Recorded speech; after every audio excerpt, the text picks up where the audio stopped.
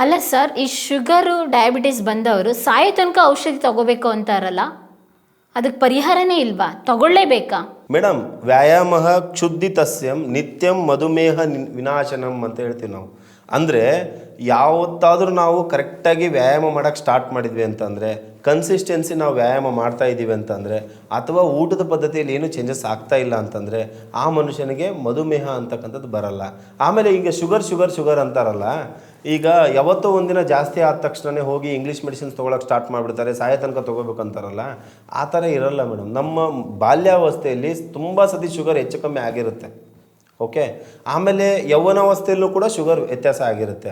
ಯಾವತ್ತಾದರೂ ಒಂದಿನ ತಲೆ ಸುತ್ತ ಬಂದು ಬಿದ್ದಾಗ, ನಮಗೇನಾದರೂ ಇರಿಟೇಟ್ ಆದಾಗ, ಏನಾದರೂ ಸಮಸ್ಯೆ ಆದಾಗ ನಾವೇನು ಮಾಡ್ತೀವಿ, ಹೋಗಿ ಟೆಸ್ಟ್ ಮಾಡ್ತೀವಿ. ಆವಾಗ ಆ ಭೂತ ನಮ್ಮ ತಲೆಯಲ್ಲಿ ಹೋಗ್ಬಿಡುತ್ತೆ, ಗುಳಿಗೆ ನುಂಗಬೇಕು ಅನ್ನೋ ಭೂತ.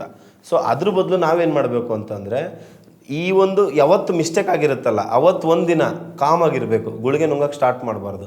ಸ್ವಲ್ಪ ಸ್ಲೋಲಿ ಅಭ್ಯಾಸ ಮಾಡಬೇಕು, ಬೆಳಗ್ಗೆ ಎದ್ದು ವ್ಯಾಯಾಮ ಮಾಡಬೇಕು. ಇಷ್ಟು ದಿನ ಮಾಡದೇ ಇರ್ತಕ್ಕಂಥ ವ್ಯಾಯಾಮಗಳನ್ನು, ಇಷ್ಟು ದಿನ ಮಾಡದೇ ಇರ್ತಕ್ಕಂಥ ಊಟ ಪದ್ಧತಿನ ಸ್ವಲ್ಪ ಸರಿ ಮಾಡಿಕೊಂಡು ಸರಿಯಾಗಿ ಹೋದರೆ ಮೊದಲು ಇನ್ಸಿಯಲ್ ಸ್ಟೇಜಲ್ಲೇ ಶುಗರ್ನಿಂದ ಅವಾಯ್ಡ್ ಮಾಡ್ಬೋದು.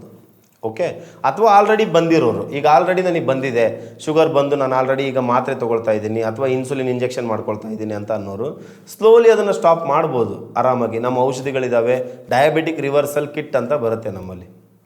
ಓಕೆ, ಈಗ ಶುಗರ್ ಬಂದಿರತಕ್ಕಂಥವ್ರಿಗೆ ಕೊನೆ ತನಕ ತೊಗೋಬೇಕು ಅನ್ನೋ ಒಂದು ಕಾನ್ಸೆಪ್ಟ್ ಇದೆ ನೋಡಿ, ಅದೇ ರಾಂಗ್. ಆ್ಯಕ್ಚುಲಿ ಒಂದ್ಸತಿ ಗೂಗಲ್ ಸರ್ಚ್ ಮಾಡಿ ನೋಡಿ, ಡಯಾಬಿಟಿಕ್ ರಿವರ್ಸ್ ಮಾಡ್ಬೋದು ಅಂತೇಳಿ, ಅದು 100% ಮಾಡ್ಬೋದು ಅಂತ ಹೇಳುತ್ತೆ.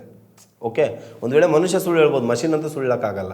ಸೊ ಒಂದು ಸತಿ ಅದನ್ನೆಲ್ಲ ನೋಡೋದ್ರಿಂದ ನಮ್ಮ ಆರೋಗ್ಯನ ನಮ್ಮ ಕೈಯಲ್ಲಿರೋದ್ರಿಂದ ನಾವು ಅದನ್ನು ಎಕ್ಸಸೈಜ್ ಮುಖಾಂತರ, ವ್ಯಾಯಾಮದ ಮುಖಾಂತರ, ಅದಾದಮೇಲೆ ಊಟದ ಮುಖಾಂತರ, ಅದಾದಮೇಲೆ ಕರೆಕ್ಟಾಗಿರೋ ಔಷಧೋಪಚಾರದ ಮುಖಾಂತರ 100% ಅದನ್ನು ರಿವರ್ಸ್ ಆಗಬಹುದು.